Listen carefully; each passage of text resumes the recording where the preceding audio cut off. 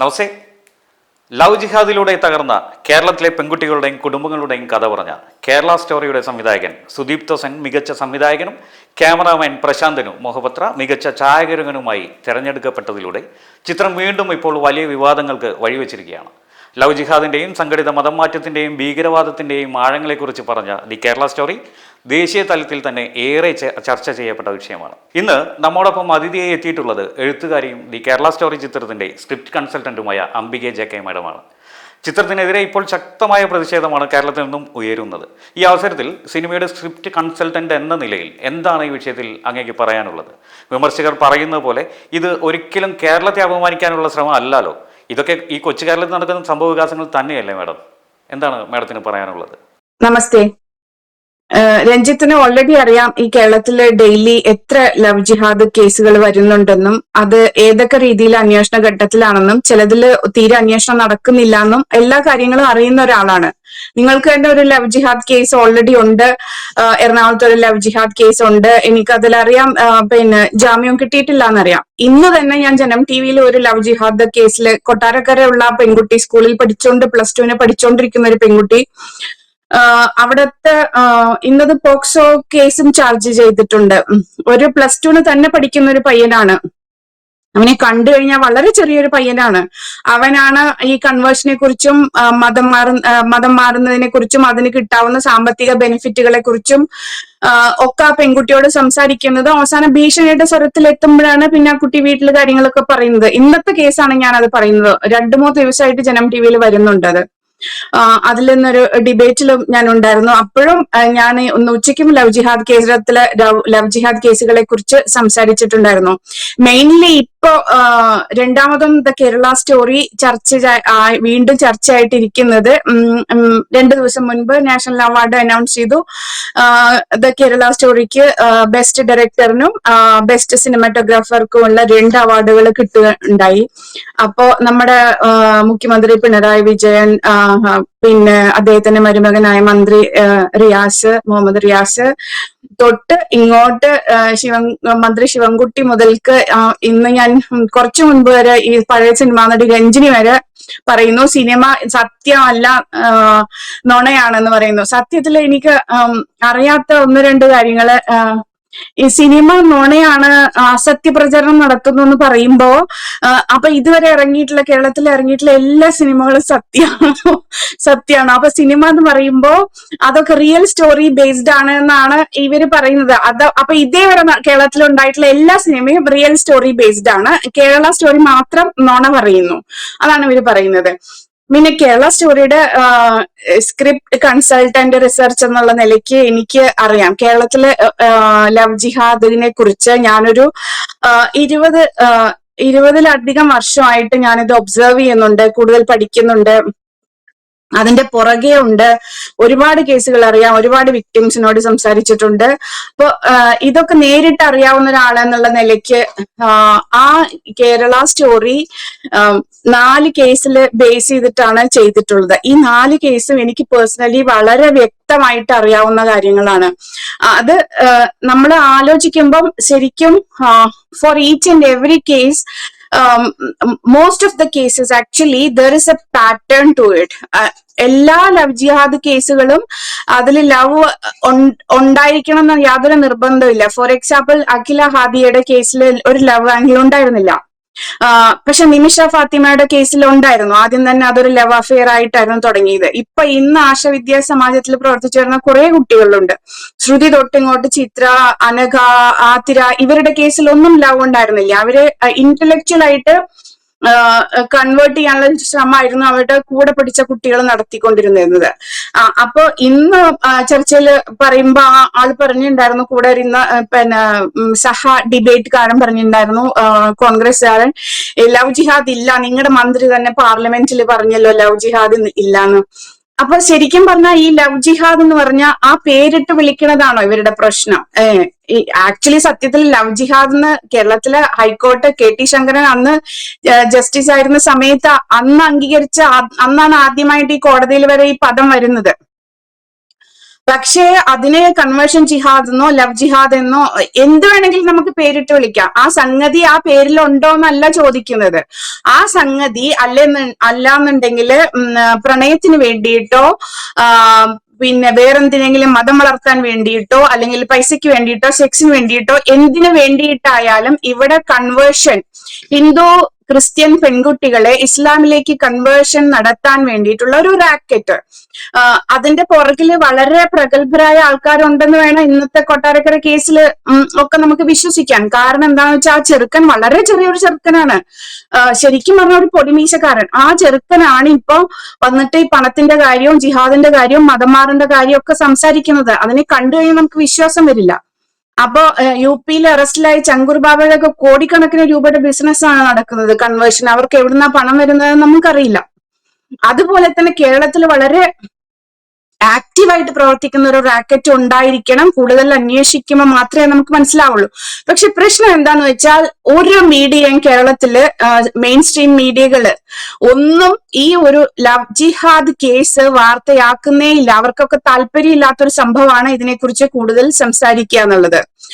കാരണം കൂടുതൽ സംസാരിക്കുമ്പോഴല്ലേ അതൊരു ചർച്ചാ വിഷയമാവുന്നുള്ളൂ. അത് ചർച്ചാ വിഷയമാവുമ്പോഴാണ് ജനങ്ങൾക്ക് അതിനെക്കുറിച്ച് കൂടുതൽ ബോധവാന്മാരാവുന്നുള്ളൂ. അപ്പൊ അവരുടെ ഒരു സ്ട്രാറ്റജി എന്ന് പറയുന്നത് ഇതിനെക്കുറിച്ച് സംസാരിക്കാതെ തന്നെ ഇരിക്കുക, അതായത് ജനങ്ങളുടെ ഇടയിൽ ഇതൊരു ചർച്ചാ വിഷയമാക്കാതിരിക്കുക, അതുകൊണ്ട് ജനങ്ങളെ ബോധവൽക്കരിക്കാതിരിക്കുക. We come back to the film the Kerala story. അതില് 4 കേസുകളില് ഒരു കേസ് എല്ലാവർക്കും അറിയാം, ശാലിനി ഉണ്ണികൃഷ്ണൻ ആരാണെന്നും അത് ഇപ്പൊ എവിടത്തെ ഏത് ക്യാരക്ടറിനെ ബേസ് ചെയ്തിട്ടാണ് ഇപ്പോഴും അഫ്ഗാനിസ്ഥാനിലുള്ള നിമിഷ ഫാത്തിമ എന്ന് പറഞ്ഞ ആ കുട്ടിയുടെ ക്യാരക്ടറിനെ ബേസ് ചെയ്തിട്ടാണ് അത് ചെയ്യുന്നത്. പിന്നെ അഖില ഹാദിയുടെ ഒക്കെ കേസിൽ നമുക്ക് വളരെ വ്യക്തമായിട്ട് അറിയാം, അതില് ലവ് ആംഗിൾ ഇല്ലാത്തപ്പോഴും അഖിലിനെ മതം മാറ്റാൻ കൂടെ ഉണ്ടായിരുന്ന 2 പെൺകുട്ടികളായിരുന്നു മുഴുവനായിട്ടും ശ്രമിച്ചുകൊണ്ടിരുന്നത്. അത് മാത്രമല്ല പിന്നെ അവിടുന്ന് അങ്ങോട്ട് അഖിലിനെ അവരുടെ വീട്ടിൽ കൊണ്ടുപോകുന്നു. അങ്ങനെ അവരുടെ പാരന്റ്സ് പോലും ഉൾപ്പെട്ട ഒരു നെറ്റ്വർക്കാണ് പിന്നെ അങ്ങോട്ട് ഈ നെറേറ്റീവ് സെറ്റ് ചെയ്യുന്നതും അവളെ ഫാമിലിന്ന് അടർത്തി മാറ്റി കൊണ്ടുപോകുന്നതും ഒക്കെ. അതാണ് ആ പിന്നെ ക്യാരക്ടർ, സിനിമയിലെ ഒരു ക്യാരക്ടർ. പിന്നെയുള്ള 2 ക്യാരക്ടേഴ്സും എനിക്ക് അവരെ ഒന്ന് ആത്മഹത്യ ചെയ്തു, മറ്റേ കുട്ടി ജീവിച്ചിരിപ്പുണ്ട്. അതിന്റെ അച്ഛനോടും അതിനോടും സംസാരിച്ചിട്ടുണ്ട്, ആ മരിച്ച കുട്ടിയുടെ പാരന്റ്സിനോട് സംസാരിച്ചിട്ടുണ്ട്. ഇത് മാത്രമല്ലാതെ എത്രയോ ലവ് ജിഹാദ് കേസുകൾ എനിക്കറിയാം. വളരെ ഷോക്കിംഗ് ആയിട്ടുള്ള റിവലേഷൻ ഒക്കെ നടത്തിയ ഒരു കുട്ടിയുണ്ട്. ജനം ടി വളരെ പിന്നെ കാര്യമായിട്ട് തന്നെ എക്സ്പോസ് ചെയ്തൊരു കേസാണ് അടൂരിലുള്ള. ആ കുട്ടി വീട്ടില് ഡ്രൈവറെയാണ് കല്യാണം കഴിച്ചത്, അത് ടീച്ചറാണ്. എന്നിട്ട് അതിന് ഒരു 6-7 വർഷത്തോളം അവർ ഒരുമിച്ച് ജീവിച്ചു. അത് കല്യാണം കഴിച്ചതിന് ശേഷമാണ് പറയുന്നത് പൊട്ടു തൊടരുത്, കൈ ഇറക്കമുള്ള ബ്ലൗസ് ഇട്ടിട്ട് സ്കൂളിൽ പോവാവൂ, സാരിയുടെ പല്ലു എടുത്ത് തലയിൽ ഇടണം, അങ്ങനത്തെ നിർബന്ധങ്ങളൊക്കെ. പക്ഷെ ആക്ച്വലി ആ കക്ഷി ഒരു കശാപ്പുകാരനായിരുന്നു.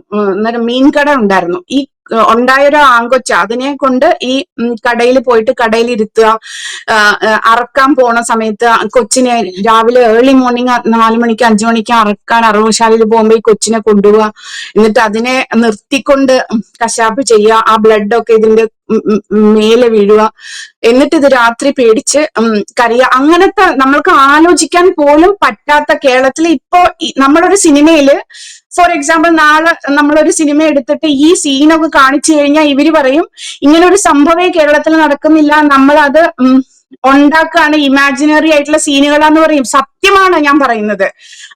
നമ്മൾ റെക്കോർഡ് ചെയ്ത് വെച്ചിട്ടുണ്ട് ആ കുട്ടി പറയുന്ന കാര്യങ്ങളൊക്കെ. അപ്പോ ഇത്ര പോലും നടക്കുന്നുണ്ട് കേരളത്തില്. നമ്മൾ അതുപോലും കാണിക്കാതെ വളരെ പിന്നെ എല്ലാവർക്കും സത്യത്തിൽ ഇത് എന്താണെന്നറിയോ, കേരളത്തിൽ എല്ലാവർക്കും അറിയാം സത്യമാണെന്ന്. എല്ലാ പാർട്ടിക്കാർക്കും അറിയാം, എല്ലാ മീഡിയയ്ക്കും അറിയാം, ആർക്കും അറിയാഞ്ഞിട്ടല്ല. പക്ഷെ ആർക്കും ഇത് സത്യമാണെന്ന് സമ്മതിക്കാൻ പറ്റില്ല. കാരണം എന്താണെന്ന് വെച്ചാൽ ന്യൂനപക്ഷ വോട്ട് ബാങ്ക്, അത് നമുക്കറിയാം. ക്രിസ്ത്യൻ വോട്ട് ബാങ്ക് ആയാലും മുസ്ലിം വോട്ട് ബാങ്ക് ആയാലും ആക്ച്വലി അവരാണ് സത്യത്തിൽ കേരളത്തിലെ രാഷ്ട്രീയത്തിന്റെ ഗതി നിർണ്ണയിക്കുന്നത്. ഇന്ന് നമ്മൾ ഛത്തീസ്ഗഡിലെ ഇൻസിഡന്റ് തന്നെ നമുക്കറിയാം. അത് പിന്നെ അവര് ഒരു പോളറൈസേഷൻ നടക്കാത്തത് ഇവിടെ ഹിന്ദു മാത്രമാണ് പോളറൈസേഷൻ സംഭവിക്കാത്തത്, ഹിന്ദു കമ്മ്യൂണിറ്റിയിൽ മാത്രമാണ്. ബാക്കി അവർക്ക് അവരുടെ ആവശ്യങ്ങള് പോളറൈസേഷൻ മൂലം നടത്തിയിട്ട് എങ്ങനെ നേടിയെടുക്കാമെന്ന് അവർക്ക് നല്ല ധാരണയുണ്ട്. അതുകൊണ്ട് അവർ വിജയിക്കുന്നുണ്ട്. നമ്മൾക്കത് നല്ല ധാരണയില്ല, നമ്മളത് ചെയ്യുന്നില്ല. നമുക്ക് സംഘടിതമായ ഒരു വോട്ട് ബാങ്ക് ആയിട്ട് ഇന്ന് ഹിന്ദുവിനെ ആരും കേരള രാഷ്ട്രീയത്തിൽ കണ്ടിട്ടുമില്ല. അതുകൊണ്ട് ഇപ്പോഴും നമ്മൾ പറയുന്ന ആ ജെന്യുവിനായ കാര്യങ്ങൾ വരെ സത്യമാണെന്ന് സമ്മതിക്കാൻ കേരളത്തിലെ രാഷ്ട്രീയക്കാർക്കോ മീഡിയക്കോ കഴിഞ്ഞിട്ടില്ല. അതുകൊണ്ടാണ് ഇവർ വീണ്ടും വീണ്ടും പിന്നെ മുഖ്യമന്ത്രി പിണറായി വിജയൻ പറഞ്ഞത് ബ്ലാറ്റന്റ് മിസ്ഇൻഫർമേഷൻ, പിന്നെ കമ്മ്യൂണൽ ഹാർമണിയെ കേരളത്തിലെ ഡിവൈസീവ് RSSന്റെ ഡിവൈസീവ് പൊളിറ്റിക്സ് ആണെന്നൊക്കെ പറയുന്നത്. എന്തും ഏതിനും ഇവർക്ക് RSSനെ കുറ്റം പറഞ്ഞിട്ട് ഇന്ന് ചാനലിലെ ചർച്ചയിലും കോൺഗ്രസ് ഡിബേറ്റർ റിപ്പീറ്റഡ്ലി ചെയ്തിരുന്ന ഒരു കാര്യം ഇതിൽ RSSനെ വലിച്ചഴിച്ചിട്ട് RSSനെ കുറ്റം പറയാന്നുള്ളത് മാത്രമാണ്. അപ്പോ ഞാൻ പറഞ്ഞു വന്നത് ഇത്രയേ ഉള്ളൂ. കേരളത്തിലെ മീഡിയയില് അവർക്ക് ആർക്കും ഇതിവിടെ നടക്കുന്നുണ്ട്, ആക്റ്റീവായിട്ടുള്ള ലവ് ജിഹാദ് കേസുകൾ ഇന്നും രാവിലെ വരെ നടക്കുന്നുണ്ടെന്ന് അറിയാഞ്ഞിട്ടല്ല. പക്ഷേ ന്യൂനപക്ഷ വോട്ട് ബാങ്ക് എന്നുള്ള ഒറ്റ റീസൺ കാരണമാണ് കേരളത്തിലെ മീഡിയ ആയാലും പൊളിറ്റീഷ്യൻസ് ആയാലും ഇത് സമ്മതിക്കാത്തത്. അതുപോലെ തന്നെ താങ്കളുടേതായി അടുത്തിടെ പുറത്തിറങ്ങിയ ദി അൺടോൾഡ് കേരള സ്റ്റോറിയും വലിയ വിവാദങ്ങൾക്ക് വഴിവെച്ചിരുന്നല്ലോ. ഈ പുസ്തകം ശരിക്കും കേരള സ്റ്റോറിയുടെ 2ാം പതിപ്പ് എന്ന നിലയിലാണോ പുറത്തിറക്കിയിരിക്കുന്നത്? എന്തായിരുന്നു ഈ ബുക്കിന്റെ പിന്നിലെ ഉദ്ദേശ ലക്ഷ്യം? ആക്ച്വലി ഈ ഫിലിമിന്റെ സംവിധായകൻ സുദീപ്തോ സെന്നും ഞാനുമായിട്ട് ഒരു 8-9 വർഷത്തെ പരിചയമുണ്ട്. ആദ്യം ഈ ഒരു സബ്ജക്റ്റിൽ ഞങ്ങൾ ആദ്യം ചെയ്തത് ഒരു ഡോക്യുമെന്ററി ആയിരുന്നു, in the name of love എന്ന് പറഞ്ഞിട്ട്. ആ ഡോക്യുമെന്ററി അന്ന് നമ്മൾ JNUലൊക്കെ കൊണ്ടുപോകുന്ന സമയത്ത് അത് വളരെ വിവാദമായിട്ടുള്ള ഒരു ഡോക്യുമെന്ററി ആയിരുന്നു. അവിടുത്തെ വിദ്യാർത്ഥി സംഘടനകൾ, അതായത് AIYFഉം ഇടതുപക്ഷ വിദ്യാർത്ഥി സംഘടനകൾ നമ്മളെ ശാരീരികമായിട്ട് ഉപദ്രവിക്കാൻ വരെ ശ്രമിച്ചിട്ടുണ്ടായിരുന്നു JNU ക്യാമ്പസിൽ വെച്ചിട്ട്. അതിനുശേഷം ഒരു 2-3 ഇയേഴ്സിന് ശേഷമാണ് വീണ്ടും ദാദാ സുദീപ്തോ സെൻ ഇങ്ങനെ ഒരു ഫുൾ ഫീച്ചർ ഫിലിം ആക്കാനുള്ള ഒരു ഐഡിയ ഉണ്ടെന്ന് പറയുന്നതും, അങ്ങനെ വീണ്ടും അത് പുതിയ കേസുകളെ കുറിച്ച് ഞങ്ങൾ റിസർച്ച് ചെയ്യുന്നതും പഠിക്കുന്നതും, ഈ ഒരു സിനിമയിൽ ഏതൊക്കെ കേസുകൾ ഉൾപ്പെടുത്തണമെന്നും സ്ക്രിപ്റ്റ് എന്തായിരിക്കണമെന്നും ഒക്കെ ആലോചിക്കുന്നത്. അങ്ങനെ ഈ 4 കേസുകൾ ഉൾപ്പെടുത്തി സ്ക്രിപ്റ്റ് ഉണ്ടാക്കിയതിനു ശേഷം നമ്മൾക്ക് കിട്ടിയ ആ റിസർച്ചിന്റെ ബേസിൽ നമുക്ക് ഒരുപാട് അധികം ഇൻഫർമേഷൻസ് കിട്ടിയിട്ടുണ്ടായിരുന്നു. ഇവരുടെ ഒരു പാറ്റേൺ എങ്ങനെയാണ്, ആ വിക്ടിംസിന് എന്തൊക്കെ അനുഭവിക്കേണ്ടി വന്നു എന്നുള്ള കുറെ കാര്യങ്ങൾ നമ്മൾക്ക് റിസർച്ചിൽ കിട്ടിയായിരുന്നു. പക്ഷെ അത് മുഴുവൻ നമുക്ക് സിനിമയിൽ ഉൾക്കൊള്ളിക്കാൻ പറ്റില്ല. കാരണം സിനിമയിൽ ഉൾക്കൊള്ളിക്കാൻ ഉള്ള പിന്നെ സ്പേസ് 2.5 മണിക്കൂർ ഒരു സിനിമയിൽ ഉൾക്കൊള്ളിക്കാൻ പറ്റുന്ന സ്പേസ് മാത്രമല്ല, ചില കാര്യങ്ങൾ സിനിമയിൽ പറഞ്ഞാലോ അല്ലെങ്കിൽ കാണിക്കാൻ പറ്റാത്ത കാര്യങ്ങൾ വരെ ഉണ്ടായിട്ടുണ്ട്.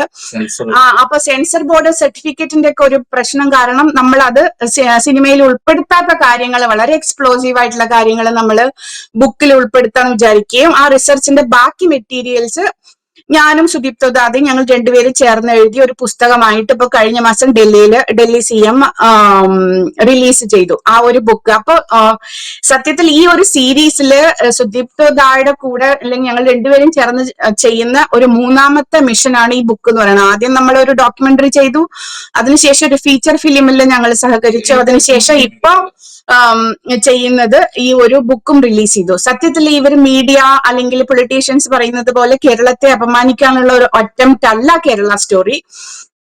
നമ്മുടെ സ്റ്റേറ്റില്, ഞാനൊരു മലയാളിയാണ്, മലയാളത്തില് ബുക്കുകൾ എഴുതിയിട്ടുണ്ട്. എനിക്കൊരിക്കലും എന്റെ സ്റ്റേറ്റിനെ കുറിച്ചിട്ട് അങ്ങനെ ഒരു ധാരണയില്ല, എനിക്ക് അപമാനിക്കാനും പറ്റില്ല.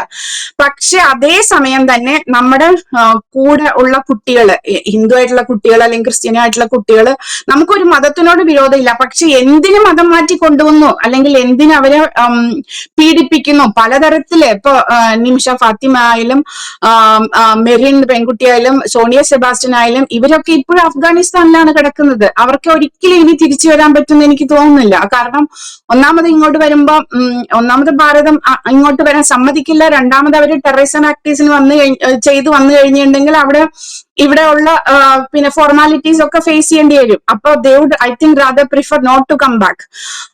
അവരുടെ പാരന്റ്സിന്റെ വിഷമം അല്ലെങ്കിൽ അവരുടെ റിലേറ്റീവ്സിന്റെ വിഷമം, ശരിക്കും പറഞ്ഞാൽ ഇപ്പൊ അവരുടെ അഫ്ഗാനിസ്ഥാനിലെ അവസ്ഥ എന്തായിരിക്കും എന്ന് പോലും നമുക്ക് ഇമാജിൻ ചെയ്യാൻ പറ്റാവുന്നതിന്റെ അപ്പുറത്തായിരിക്കും ചിലപ്പോ. അപ്പൊ ഇതുകൊണ്ടൊക്കെ നമ്മൾ ഇത്രയൊക്കെ കേട്ടിട്ട് പോലും ഇതിലൊന്നും പ്രതികരിക്കാതിരിക്കുന്നത് ശരിയല്ല. അതുകൊണ്ട് മാത്രമാണ് നമ്മൾ ഇങ്ങനൊരു മിഷൻ ടേക്കപ്പ് ചെയ്യുന്നു, അതിനുവേണ്ടി പ്രവർത്തിക്കുന്നു. അല്ലാതെ ഒരു റിലീജിയനോടോ അല്ലെങ്കിൽ ഒരു സ്റ്റേറ്റിനെ എന്തെങ്കിലും ടാർണിഷ് ചെയ്ത് കാണിക്കാനോ ഒരു റിലീജിയനോടുള്ള ഒരു ഹേറ്റ്രഡോ ഒന്നും ആയിട്ട് ഇതിനെ കണക്കാക്കരുത് എന്നാണ് എനിക്ക് അഭ്യർത്ഥിക്കാനുള്ളത്. ഇത് ശരിക്കും പറഞ്ഞാൽ നമ്മുടെ സമുദായത്തോടോ അല്ലെങ്കിൽ നമ്മുടെ ഫെലോ ഗേൾസിനോടോ കാണിക്കേണ്ട ഒരു മോറൽ റെസ്പോൺസിബിലിറ്റി ആയിട്ട് മാത്രം ഇതിനെ കണ്ടാൽ മതി. തീർച്ചയായും ലവ് ജിഹാദിലൂടെ കേരളത്തിലെ ഹിന്ദു ക്രിസ്ത്യൻ പെൺകുട്ടികളെ സിറിയയിലെയും ഇറാഖിലെയും ISIS ക്യാമ്പിലേക്ക് എത്തിക്കുന്നതിൻ്റെ കഥയാണ് കേരള സ്റ്റോറി പറയുന്നത്. സമൂഹത്തിൽ ചില സത്യങ്ങൾ തുറന്നു കാട്ടിയതിനും മികച്ച ഗവേഷണം നടത്തിയ ചിത്രത്തെ കരുത്തോടെ ആവിഷ്കരിച്ചതിനുമാണ് സുദീപ്ത സെന്നിന് മികച്ച സംവിധായകനുള്ള ദേശീയ പുരസ്കാരം നൽകാൻ തീരുമാനിച്ചത്. അതേസമയം കേരളത്തിലെ BJP വിരുദ്ധ കമ്മ്യൂണിസ്റ്റ് ജിഹാദി ഇക്കോസിസ്റ്റം അവരുടെ ജിഹാദി സൈബർ വെട്ടുക്കിളികൾ മുഖേന ഇപ്പോൾ തന്നെ അദ്ദേഹത്തിനെതിരെയും കേരള സ്റ്റോറിക്കെതിരെയും സമൂഹ മാധ്യമങ്ങളിൽ വിമർശനം അഴിച്ചുവിടാൻ തുടങ്ങിയിട്ടുണ്ട്. സത്യത്തെ സത്യമായി കാണാനല്ല, രാഷ്ട്രീയത്തിൻ്റെ നിറം പിടിപ്പിച്ച കണ്ണട കൊണ്ട് നോക്കിക്കാനാണ് ഇവർക്ക് താല്പര്യമെന്നതിനാൽ കേരള സ്റ്റോറി വിമർശിക്കുമെന്ന് ഉറപ്പാണ്. ഒരു കാര്യം ഉറപ്പിച്ച് പറയാം, കേരള സ്റ്റോറി ലവ് ജിഹാദിൻ്റെ ഭീകരത വെളിവാക്കുന്ന കഥ തന്നെയാണ്. ഭയം, കൃത്രിമത്വം, നിർബന്ധം എന്നിവ ഒരാളുടെ വ്യക്തിത്വത്തെയും സ്വയംഭരണത്തെയും എങ്ങനെ ഇല്ലാതാക്കുന്നു എന്ന ഒരു ദുരന്ത കഥ തന്നെയാണ് ദി കേരള സ്റ്റോറി. എന്തായാലും ഇത്രയും നേരം ഞങ്ങളോട് സഹകരിച്ചതിന് മാഡം നന്ദി.